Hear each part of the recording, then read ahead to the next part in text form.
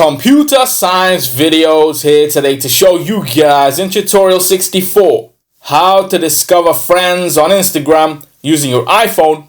Without further ado, let us start the video. So in this tutorial, you need to have access to the iPhone itself, the Instagram application. So now we can go all the way to the iPhone, go to Instagram, click on Instagram, make sure you sign into your account, go to your profile and then swipe left or go to the top right corner, click on the three lines, and now where we see discover people, click on this.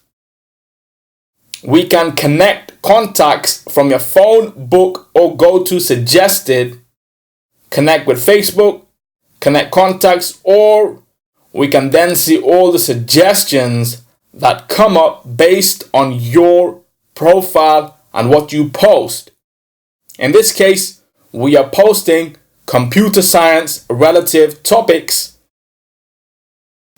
hence the reason the suggestions are about computer science videos. Go back to your profile, go back to your iPhone homepage. That's it for this video. I'll see you guys in my next tutorial. Thanks for now.